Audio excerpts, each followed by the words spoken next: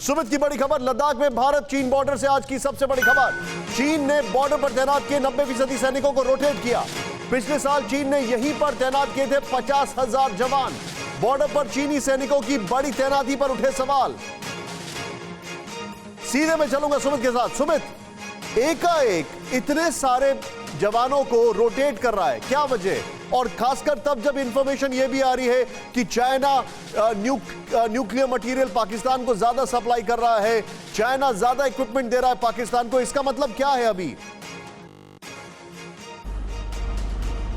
देखिए निशांत, अभी जब 90% रोटेशन की आप बात करेंगे उसके दो मेजर एस्पेक्ट निकलते हैं। पहली ये कि चीन अपने लोगों की यानी अपने सोल्जर्स की स्ट्रेंथ में किसी तरीके की कमी नहीं कर रहा है, यानी लगातार वो उसी नंबर्स को मैच किए हुए है जो उसने 2020 में जिसका स्टार्टिंग किया था। दूसरा बड़ा एस्पेक्ट यह है जो भारत के लिए एक अच्छी खबर भी है कि चीन के सैनिक अभी भी इन इलाकों में बने रहने के काबिल नहीं है। अगर आप देखें कि मैंने कई बार इस रिपोर्ट को बताया कि कैसे हाई एल्टीट्यूड वॉरफेयर के अंदर इंडियन आर्मी कैसे सुपीरियर है, और हमने बताया कि उस समय भी चीन के सैनिकों के लिए दिक्कत यह थी कि वहां पर वो टिक नहीं पा रहे थे। उन्होंने फील्ड हॉस्पिटल बनाने शुरू कर दिए थे, वो लगातार कोशिश कर रहे थे। और ये रोटेशन अभी भले ही 90% बेसिस पे हुई हो, लेकिन निशांत मैं आपको ये भी बता दूं कि ये रोटेशन लगातार वो अपने हाई पीक्स पर सोल्जर्स के साथ कर रहे थे, क्योंकि उनके सोल्जर्स ना तो एक्लिमेटाइज थे ना ही हाई एल्टीट्यूड के आदी हैं। यही वजह है कि चीन अब मेजरली ना सिर्फ ये रोटेशन कर रहा है बल्कि ये भी कि अपनी स्ट्रेंथ को वहां पर मजबूत बनाए रखे हुए हैं। निशांत, आप जो बता रहे, मैं चाहूंगा एक बार फिर से हम वो सवाल अपनी स्क्रीन पर भी दिखाएंगे थोड़ी देर बाद जो मैंने शो की शुरुआत में पूछे थे, प्ले ऑन करें उसको यहां पर। और ये बहुत बड़ा सवाल है, बॉर्डर पर फिर साजिश में जुटा चीन। नंबर 1, क्या है मामला? लद्दाख बॉर्डर पर तैनात अपने 90% सैनिकों को बदल रहा है चीन। चेंज करे। चीन के अंदरूनी इलाकों से नए सैनिकों को एलएसी पर लाया गया है। एलएसी पर चीन की सीमा में बने ट्रेनिंग सेंटर पर यह सैनिक पहुंचे हैं। पूर्वी लद्दाख में चीन ने पिछले साल 50,000 जवानों को तैनात किया था। पहले से तैनात चीन के जवान थक गए थे, इसीलिए उन्हें रोटेट किया गया। सवाल यह है कि चीन को इतनी बड़ी संख्या में जवानों की जरूरत क्यों पड़ रही है? मैं चाहूंगा इस ग्राफिक्स के साथ सीधे चलें। मेरे साथ जल सेना सर मौजूद है। सर, यह खबर हम इग्नोर नहीं कर सकते कि कुछ दिन पहले जानकारी आई कि किस तरीके से चाइना इन्वॉल्व है, किस तरीके से हाईएस्ट पोस्ट पर अपनी वहां पर एक एयरपोर्ट बनाने में यह खबर आई कि पाकिस्तान को मटेरियल सप्लाई कर रहा है। और अभी भी हम देख रहे हैं कि उसकी जो मंशा है वो बॉर्डर पर कम नहीं हुई है। देखिए निशांत जी, बहुत सारे आयाम हैं जिनको आपने टच किया है और बहुत इंपॉर्टेंट आयाम है। आपने ही एक डिबेट में ये कहा था कि जो वेस्टर्न थिएटर कमांड है, जनरल वॉन काई, आपने भी बताया है सभी को, सभी दर्शकों को बताया है। वॉन काई जो हैं वो टाइगर ऑफ माउंटेन कहलाते हैं, एलिट 13 ग्रुप के, आपको याद होगा। वो वेस्टर्न थिएटर में आए हैं, ईस्टर्न थिएटर कमांड अलग है।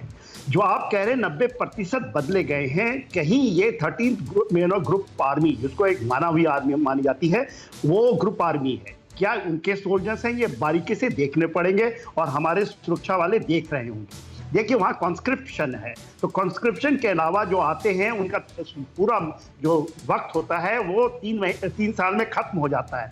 और वो मेरे ख्याल से वो लोग थे पहले जो 50,000 की आप बात कर रहे हैं, वो कंस्क्रिप्ट के, क्यों उसकी ये प्रॉब्लम है क्योंकि उसके पास permanent other than the border forces के अलावा कुछ भी नहीं है। तो हमारे लिए अच्छा भी है और बहुत ध्यान देने वाला है। दो चीजें आप देखिए, 15 जून आने वाला है जब आपका गलवान हुआ था, और दूसरा है जो अगस्त के दौरान जो कैलाश रेंजेस में हम गए, उसको ये कहीं बहुत खल रहा है कि कहीं जो इंडियन आर्म फोर्सेस है ये इस तरह की कार्रवाई ना करें, क्योंकि आपका दोनों देप्सांग प्लेन में, दैचौक के इलाके में कुछ नहीं हुआ है पेंगोंग से के बाद, वो जैसे की तैसी स्थिति है। तो ये हमारे लिए बहुत बारीकी से, और मेरे ख्याल से हमारे जो लोग हैं, जिस तरह से चीफ जा रहे हैं, जिस तरह से हम चीजें कर रहे हैं, ये चीजें हमें पता है और हमारे फेवर में होगी, ये आप मान के चलिए। आप जो बता रहे हैं सर, मैं सीधे यहां पर एक आप जो बता रहे हैं कि हमारे फेवर में होगी, मैं ये समझना चाह रहा हूं अभी कि और मैं सीधे चलूंगा युक्तेश्वर जी के पास। युक्तेश्वर जी, सोच क्या है? गलवान उनके लिए विक्ट्री नहीं था बल्कि उनके लिए एक स्ट्रैटेजिक फेलियर रहा है। कोरोना की इंक्वायरी शुरू हो चुकी है और हम देख रहे हैं, बार बार ये हम ऑब्जर्व कर रहे हैं कि वो कहीं ना कहीं सारे पॉइंट्स को फिर से टच करने जा रहे हैं। मनीष की एक अगली खबर है, वो मैं आपको दिखाऊंगा। आप क्या कहेंगे इस पर? बिल्कुल, आप जानते हैं कि चीन काफी इन मामलों को लेकर के वो हमेशा से ही काफी तत्पर रहा है। वहां पे उसने 50,000 क्या, जहां तक एक न्यूज है वहां से उसने 90,000 तक ट्रूप्स को वेस्टर्न कमांड में रखा है। और मैं बता दूं कि इस पे चीन का काफी खर्च है। चीन का अगर टोटल मिलिट्री एक्सपेंडिचर देखा जाए तो वो इंडिया से करीब करीब 3 से 3.5 गुना है, करीब करीब 252 बिलियन यूएस डॉलर, 252 अरब डॉलर है, यूएस डॉलर है। और एक और बता दूं कि अभी जो वेस्टर्न थिएटर कमांड के जो लीडर हैं वो एक जनरल है, उनको सांगचियांग बोलते हैं और उनका नाम है चांग सुई तुंग, और वो सांघाई में और काफी जगहों पे उन्होंने काम कर लिया है। मेन रीजन है वहां से हटाने का कि चीन की आर्मी को इतनी ठंड में रहने का उनके पास आज इतना ज्यादा उनको अनुभव नहीं है जितना अनुभव हमारे भारत के जवानों का है। तो ये मेन रीजन है जरूर। और वो चीन जी but they are not losing their guard. सवाल खड़ा ये होता है, they are not letting their guards down. ये बड़ा सवाल है। एक बड़ी खबर पर please go ahead Yukteshwar ji. No, of course they are not going to lose their guard, and they are going to. We should never take their military very, very lightly. Point taken. फिक्र आपकी, सोमवार से शुक्रवार रात 9 बजे सिर्फ TV9 भारतवर्ष पर।